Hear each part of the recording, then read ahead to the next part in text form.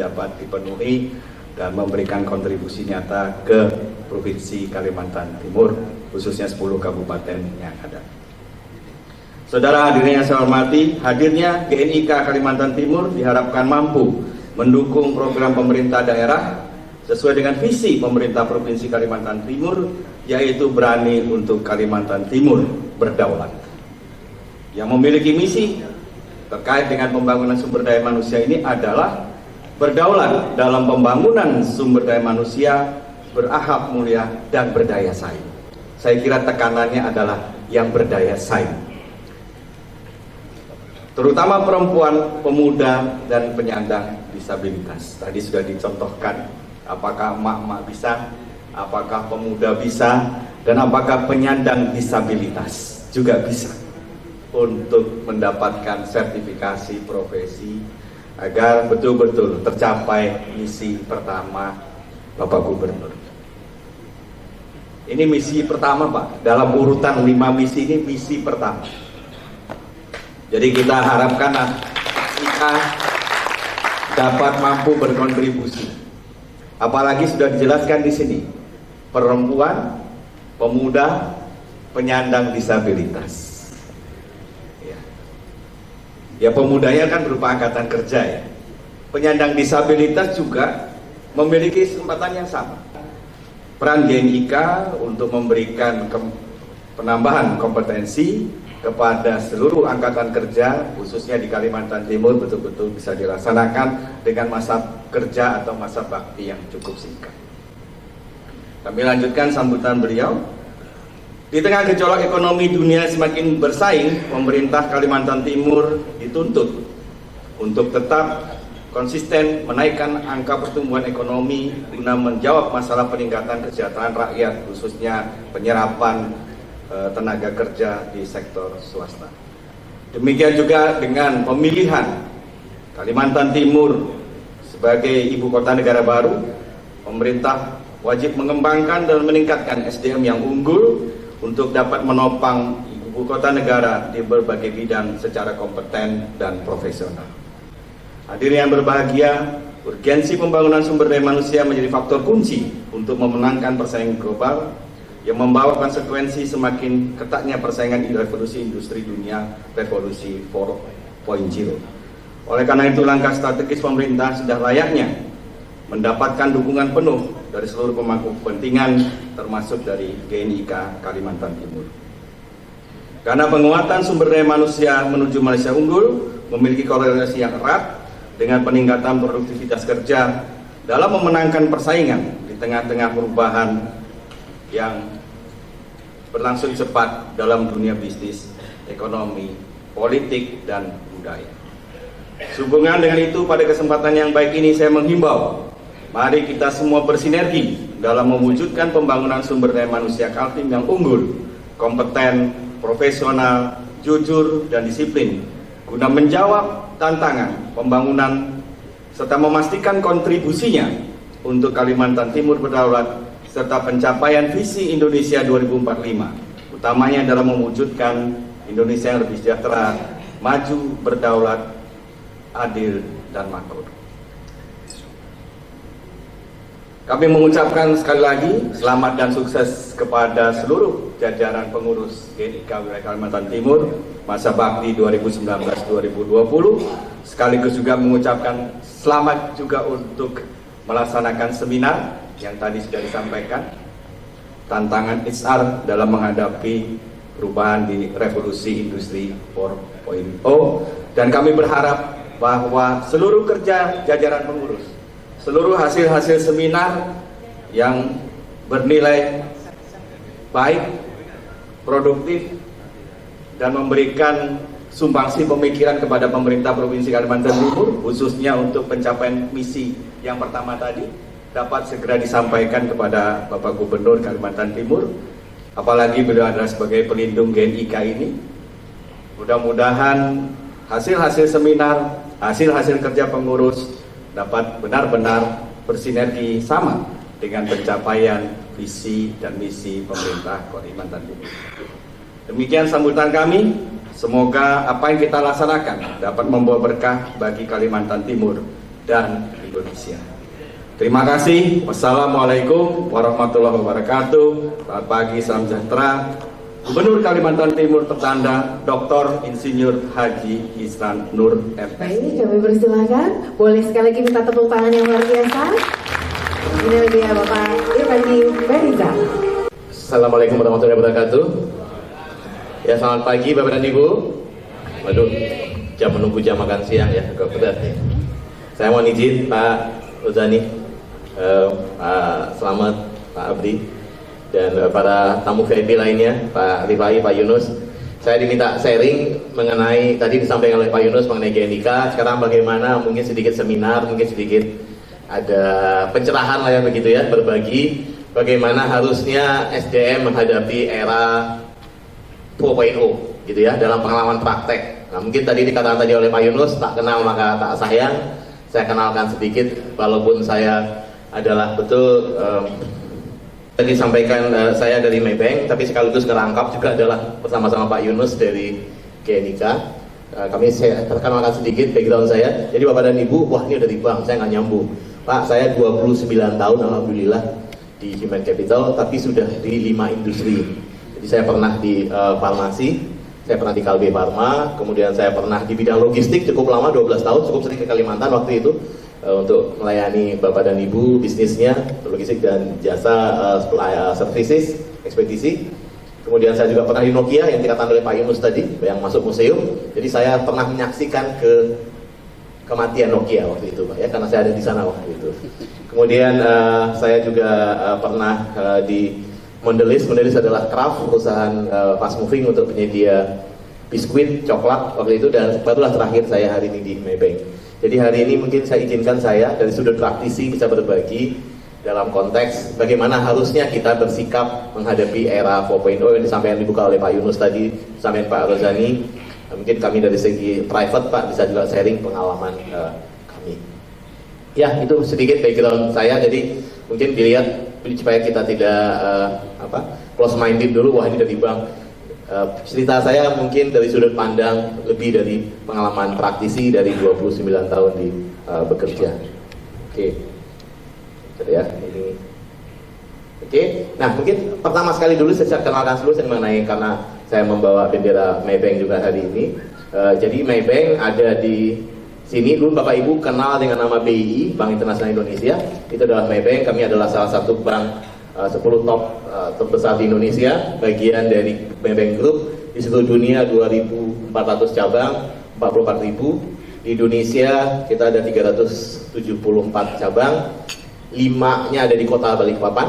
Jadi kita ada di depan Benakuta yang besar, Balikpapan Baru, Balikpapan Permai, mana lagi ya, Kebun Sayur, mana lagi ya, sudah ya.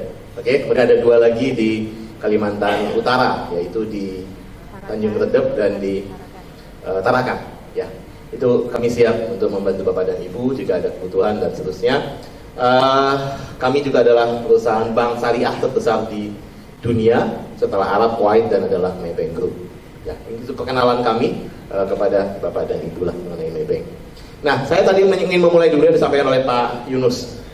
Bapak dan Ibu, Pak Jokowi sudah canangkan 2019-2020 ini adalah tahun SDM.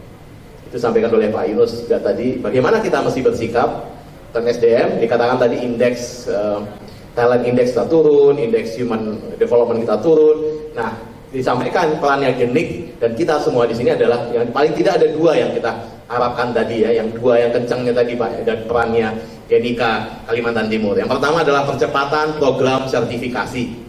Program sertifikasi, sampaikan oleh Pak Yunus, kita nggak bisa sertifikasi orang lain kalau kita sendiri belum disertifikasi. Kenapa harus sertifikasi? Karena memastikan supaya kita kompeten, supaya kita tidak salah urus dan kita tidak salah bertindak. Dan untuk SDM sudah keluar SE Menteri Tenaga Kerja bulan Agustus ya Pak ya, kalau nggak salah, bulan Juli ya, sudah sampaikan mengenai bahwa 2 tahun kita diberikan waktu untuk sertifikasi. Nah, Bapak dan Ibu nggak usah panik, mari kita atur waktu. Di sini sudah ada 3 batch, 4 batch Pak ya. Nah, mudah-mudahan Kalimantan Timur pelan-pelan. Nah, untuk itu saya juga diminta oleh Pak Yunus, ya Pak, biaya percepatan itu, biaya sertifikasi percepatan itu kan, waduh, kalau minta ke kantor susah. Ya sudah, kami siapkan, Maybank bantu, yaitu kredit tanpa agunan, ya. Ya, bukan tanpa cicilan ya Pak, cicilan. Kalau tanpa cicilan bangkrut saya Pak. Monggo hubungin Pak timnya Bu Wening dan teman-teman ya kalau ada yang mau sertifikasi. Oke, kita bantu ya artinya melalui program. Jadi ringan dan mudah diproses lah. Oke, yang kedua tadi adalah permagangan Pak ya. Permagangan artinya bagaimana sudah ada koordinator permagangan dilatih oleh Pak Khairul.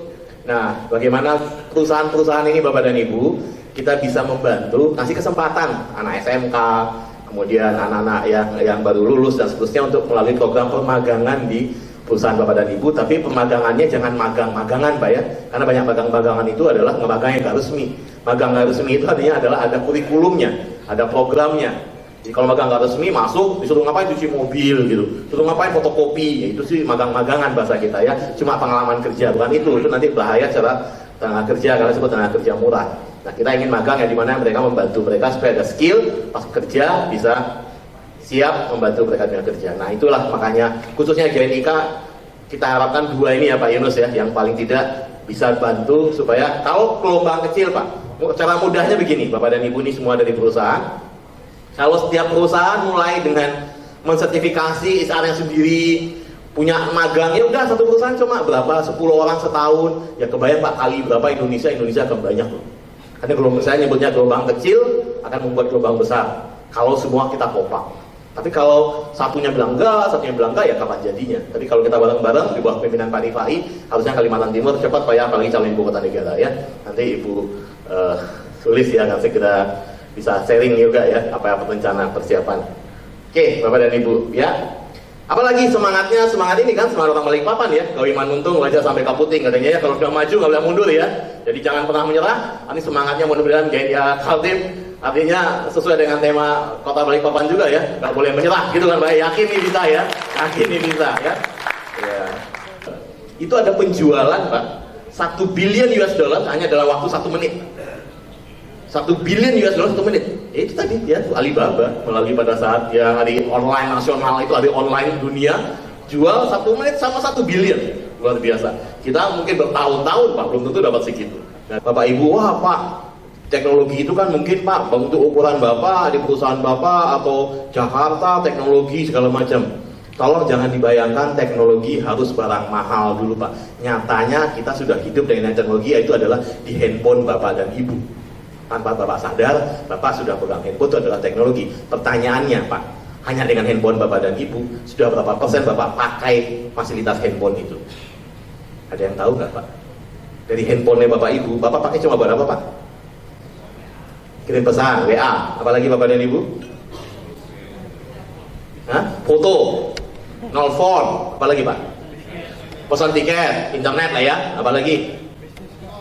Medsos, email, selfie, kalkulator ya, senter. Kalau lampu mati kan pakai senter itu kan. Bapak Ibu tahu nggak? Lebih dari itu, handphone Bapak dan Ibu itu banyak sekali yang bisa digali. Contoh gitu loh Pak. Nah ini yang saya katakan tadi. Tapi sekali lagi Bapak dan Ibu, hati-hati, jangan sampai teknologi menggantikan peran manusia. Karena kalau udah teknologi semua tanpa sadar, contoh di kantor dikatakan, sudah dikomunikasikan belum ke anak buahmu ini pesan ini? Jawaban para manajer apa Pak? Sudah saya forward, sudah saya WA. Nggak ada dialognya yang terjadi, akhirnya aliran kebatinan Bapak dan Ibu. Padahal dalam dunia teknologi disitulah dibutuhkan unsur manusianya. Kalau unsur manusianya dihilangkan, HR masuk musim. Itu saya katakan tadi. Padahal kita harus berkomunikasi dengan manusia, dengan karyawan. Nah, aspek itu nggak bisa hilang. Tapi aspek transaksinya yang bisa kita potong. Transaksionalnya yang dipotong. Tapi diskusi jangan hilang. Oke. Nah, inilah dia Pak 3 hal. Cepat-cepat saja. Ya, jadi mohon maaf, kita harus membangun solusi inovatif menuju Indonesia kompeten, Pak. Ya, inilah summary kita hari ini. Saya ingin Bapak dan Ibu menghadapi 4.0 jangan terjebak dengan wah teknologi yang aneh-aneh. Ya teknologi siap, ya, tapi kadang-kadang inovasi itu bisa dicari dengan hal-hal yang sederhana yang kadang-kadang dimulai dari tempat kerja Anda masing-masing, dan inovasi nggak bisa dibangun, digital nggak bisa dibangun kalau tanpa kita perkuat fondasi, yaitu adalah kompetensi. Kompetensi mau tidak mau kita melalui sertifikasi kompetensi, ya. Nah, challenge status quo. Ya, jadi artinya yang biasa-biasa nggak bisa dikerjain sendiri lagi, pakai cara yang berbeda. Ya, saya harus provokasi bang saya, nggak bisa. Saya pokoknya tadi kerjain nih, kalau nggak mau saya harus provokasi. Ya, challenge status quo. Yang kedua, digital ready, be kompeten pak. Digital ready, tapi be kompeten. Kembali lagi ya, persiapan digital, tapi nggak bisa hanya digital, harus kompeten dengan bidang digital, harus kompeten dengan bidang asli dasarnya. Kalau nggak, fondasinya nggak kuat. Harus lean itu kurus ya pak ya, slimming tapi seksi. Ya. Oke, nah berikutnya harus bagaimana? Mau tidak mau Bapak Ibu harus relevan. Udah nggak zaman Pak, banyak yang kekinian, update yang terakhir, sesuaikan ya. Mohon maaf Bapak Ibu, jangan semua punya orang ditiru ya Pak. Harus best fit. Ya, kalau best practice nanti Bapak Ibu saya Pak, saya suka banget tuh. Kebetulan kantor saya di Senayan, sebelahnya itu Metro Pak, Sogo, Plaza Senayan, sebelah kantor saya persis Plaza Senayan. Jadi saya suka iseng tuh ngeliatin baju bagus ya di manekin gitu. Saya beli Pak, melendung Pak perut saya Pak. Gak cocok karena ternyata ukuran bajunya slim fit. Dibuat saya yang kelompok yang Lolita ya saya Lolita ya, tahu Lolita ya Bapak Ibu ya, lolos 50 tahun. Kalau Bapak Ibu sendiri banyak milenial, kalau kita ini kolonial Pak. Jadi pas pasang baju melendung gak cocok di perut.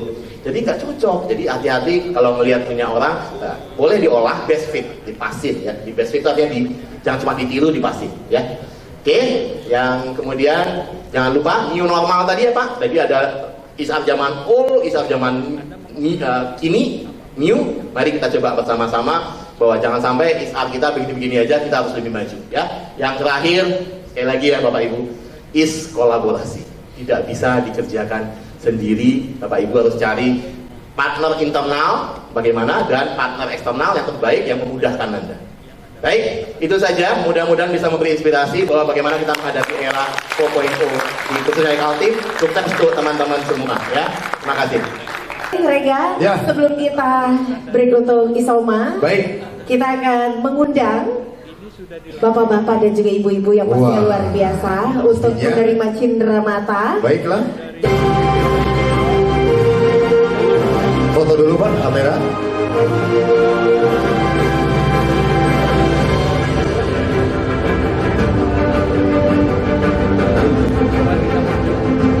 Baik, masih ada satu lagi Bapak. Satu lagi.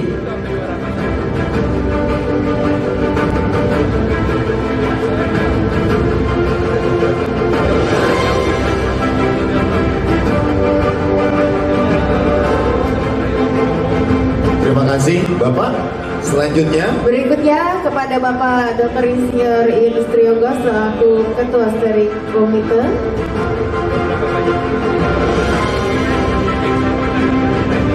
Ya, silakan untuk mengabadikan ya momen yang luar biasa ini. Ini sudah ada netizen ya Rega ya. yes. Ini harus difoto, harus diabadikan. Harus diabadikan. Jangan lupa momen yang berharga hari ini diabadikan lalu di tag atau di upload Upload. ke Instagramnya masing-masing. Jangan Benar lupa sekali. di follow terlebih dahulu @kaltimgnik. Oke, selanjutnya dia Dan juga seperti registrasi, yang belum registrasi silakan registrasi karena akan ada door prize Door nanti. prize. Berikutnya Ibu Firta Dewi dari berarti setelah ini beneran ada door prize ya?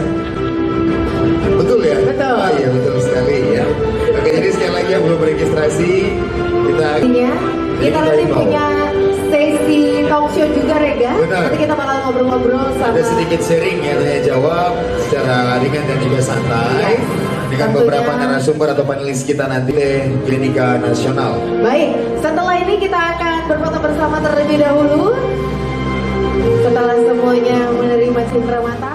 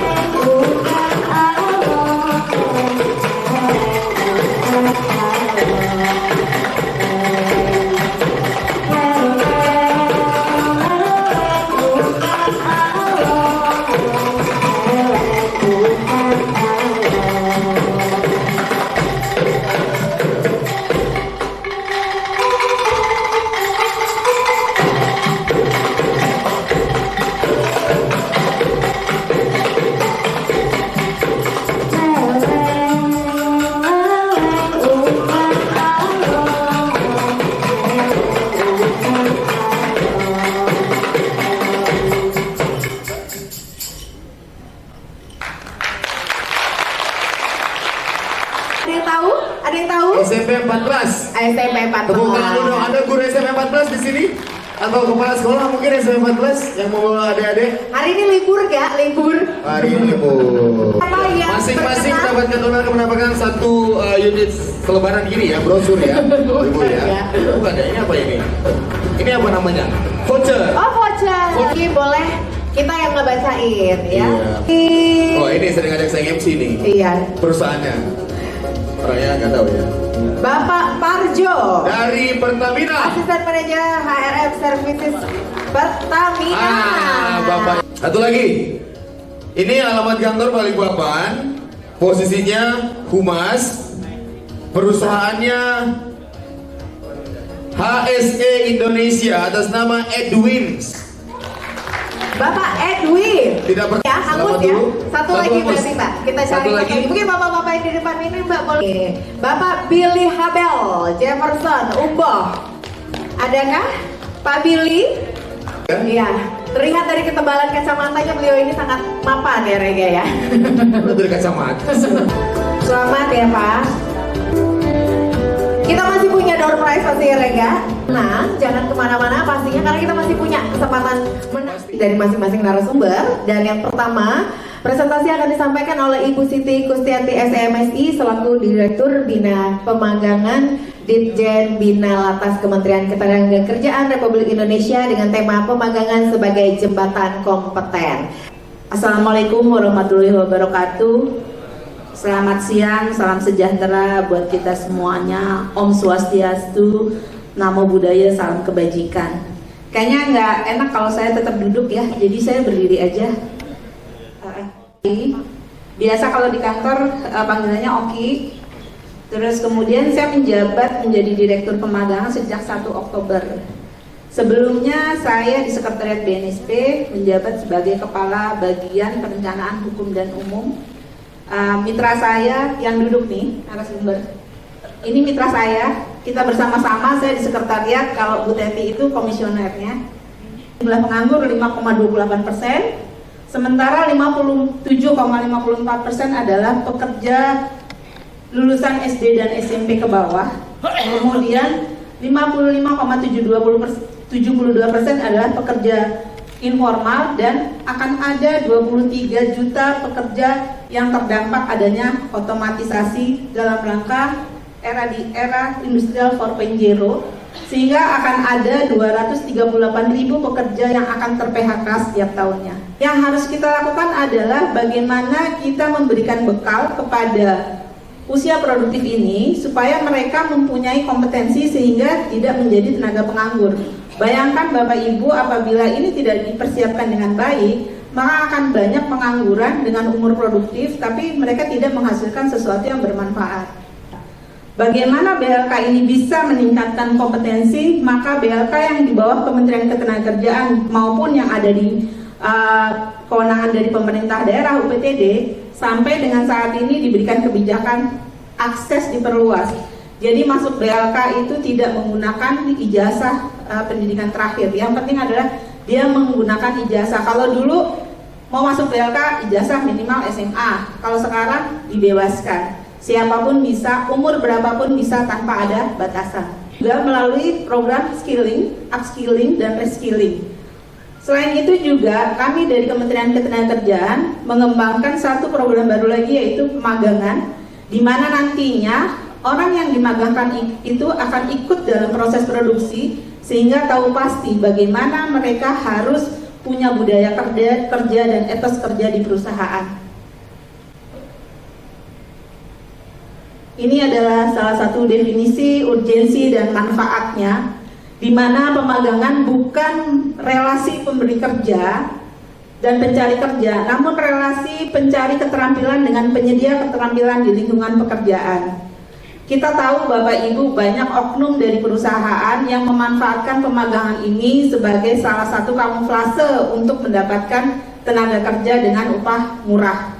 Sebenarnya kalau kita mengacu kepada Permen 36 sudah jelas pemagangan itu hanya bisa paling lama dilakukan 1 tahun.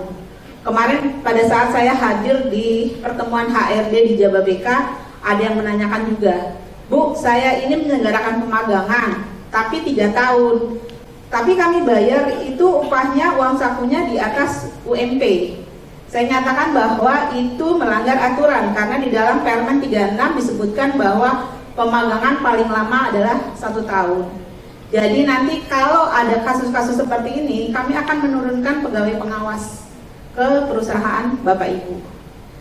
Bapak Ibu, sejak tahun 2017 sebenarnya sudah dilakukan program sertifikasi pemagangan.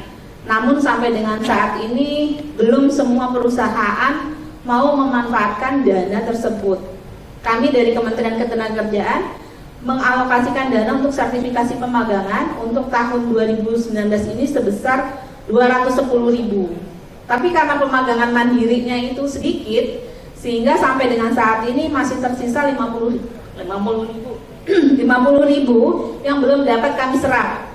Karena dari perusahaan-perusahaan itu banyak yang tidak melaporkan kepada kami kalau mereka itu menyelenggarakan pemagangan, sehingga tidak bisa kita identifikasi sebagai peserta untuk pelaksanaan sertifikasi pemagangan.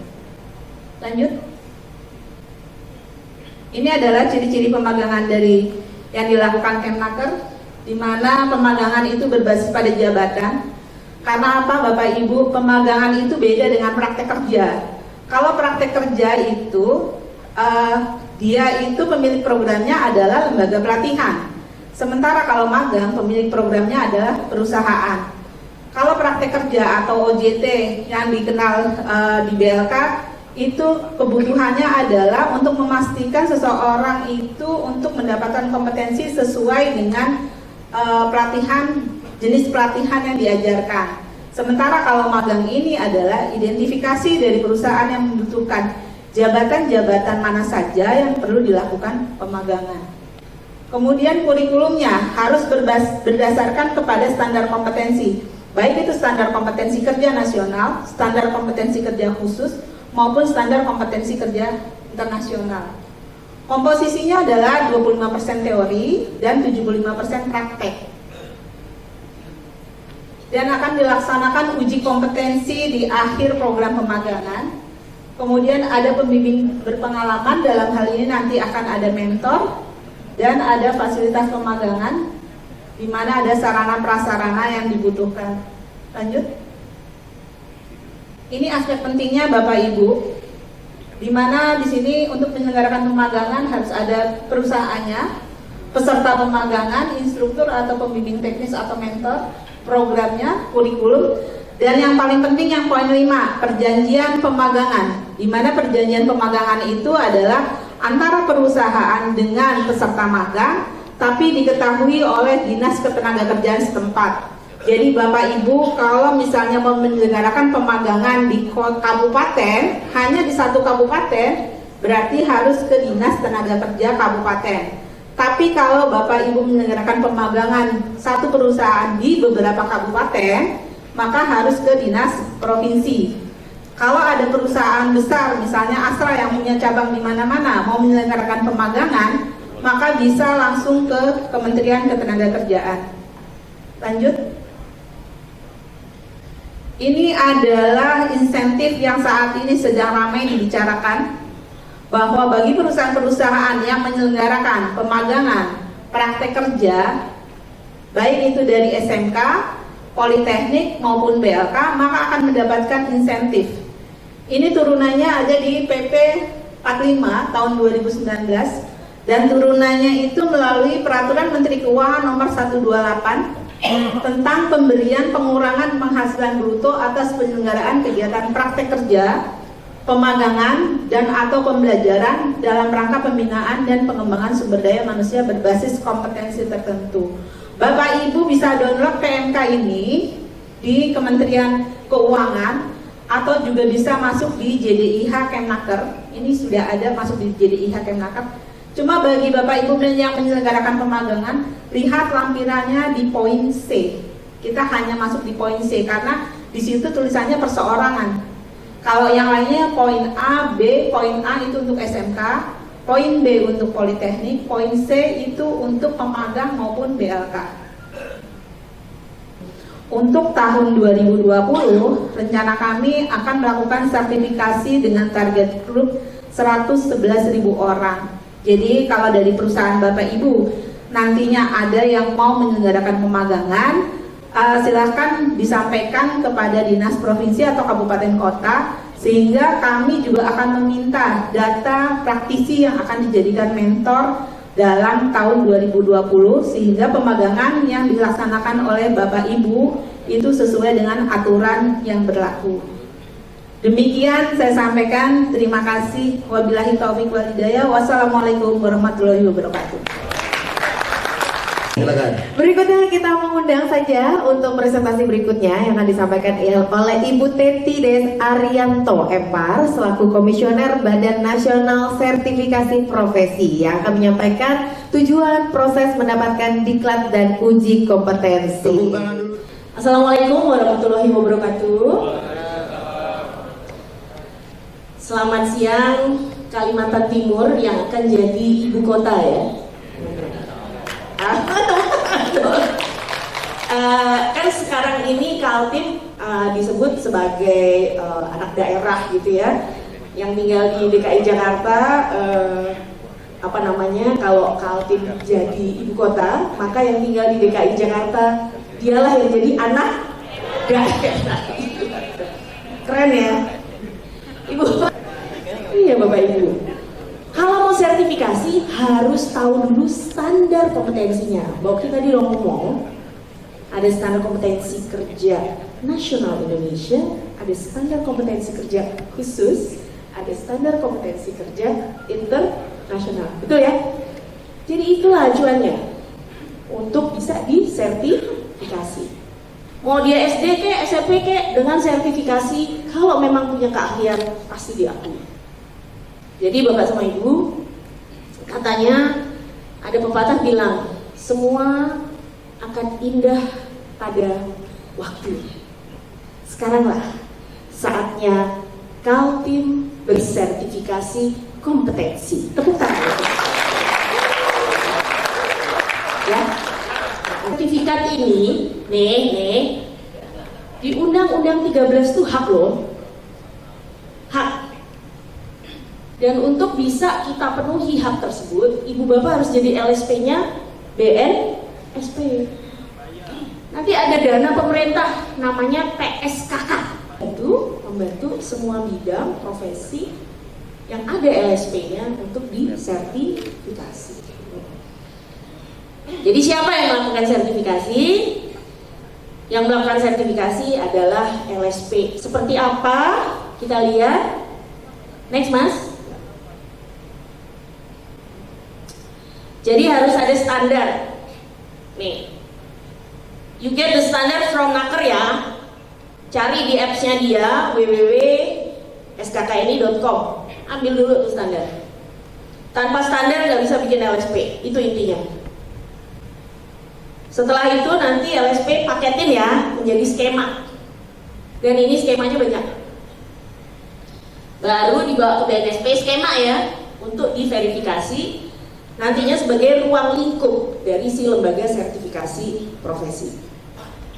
Dan untuk dia menjadi LSP, dia harus punya legalitas, visi-misi, logo, organisasi, panduan mutu, SOP, kantor, asesor, skema yang tadi, materi uji kompetensi, sama tempat uji kompetensi. Jadi memang harus investasi Bapak Ibu.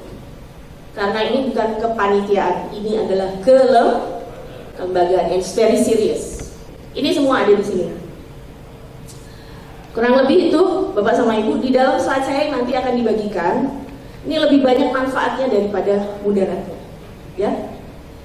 Dan untuk penutup, my message to you bahwa certification adalah keniscayaan, is a must. Ya. Jadi penyegaran sekali buat tes ini. Buat teman-teman sekalian, buat Ibu Teti. Selanjutnya Bapak Ibu, kita masih punya narasumber yang pastinya tidak kalah luar biasa. Dan alhamdulillah saya gandeng Rega ya, tidak kalah ganteng dari Rega ya. Jelas ini ganteng banget. Langsung saja kita undang Bapak Dr. Abriantinus MA selaku Wakil Ketua DPP Apindo Kalimantan Timur yang akan membawakan program pemagangan dan sertifikasi kompetensi dalam perspektif pengusaha. Tepuk tangan buat beliau sekali lagi, Bapak Ibu. Baik, terima kasih moderator. Assalamualaikum warahmatullahi wabarakatuh. Selamat siang, salam sejahtera bagi kita semua. Om Swastiastu, Namo Buddhaya, salam kebajikan. Ibu sekalian, saya hari ini sebenarnya saya mewakili Ketua Umum DPP Apindo Kaltim, Dewan Pengurus Provinsi Apindo Kaltim. Saya sebagai Wakil Ketua Umum DPP Apindo masuk 2 periode, itu juga sama-sama dengan Pak Rifai juga. Beliau juga pengurus Apindo. Dan kemudian selain itu juga barangkali perlu saya perkenalkan juga nama, tadi sudah disebutkan nama Abriantinus. Saya punya 2 perusahaan, dua-duanya bergerak di bidang jasa pengamanan, kemudian juga di bidang properti dan juga kepariwisataan. Nah, kebetulan Ibu tadi kita bincang-bincang sedikit tadi mengenai pariwisata. Saya punya pariwisata di Provinsi Kalimantan Tengah, baru bulan Februari tahun ini kita buka, tapi puji Tuhan, alhamdulillah sudah kunjungan setiap hari Minggu itu berkisar 2000-an orang setiap hari libur. Kan pada hari ini sedikit, saya tidak akan menyampaikan ada slide dan sebagainya, saya hanya menitik beratkan ada 2 hal saja. Yang pertama dengan apa yang sudah judul yang diberikan pada kami dari Apindo, yaitu bagaimana pemagangan dan sertifikasi kompetensi dari perspektif kita sebagai pengusaha.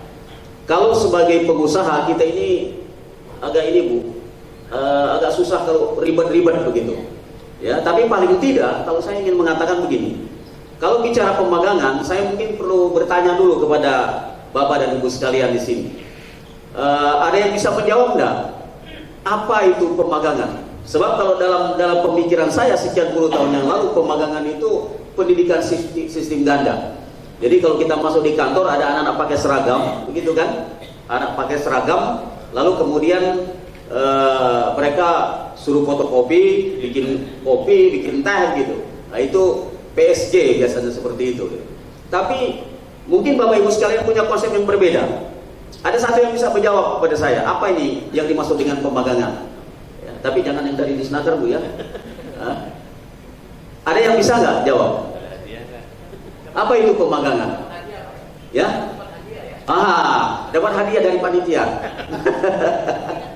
Ada, silakan. Silakan Pak. Saya bantu ya Pak.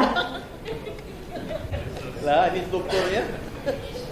Biar dilihat kompeten. Iya, yang berkompeten gitu kan.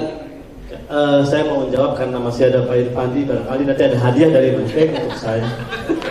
Jadi terkait pemagangan di sini adalah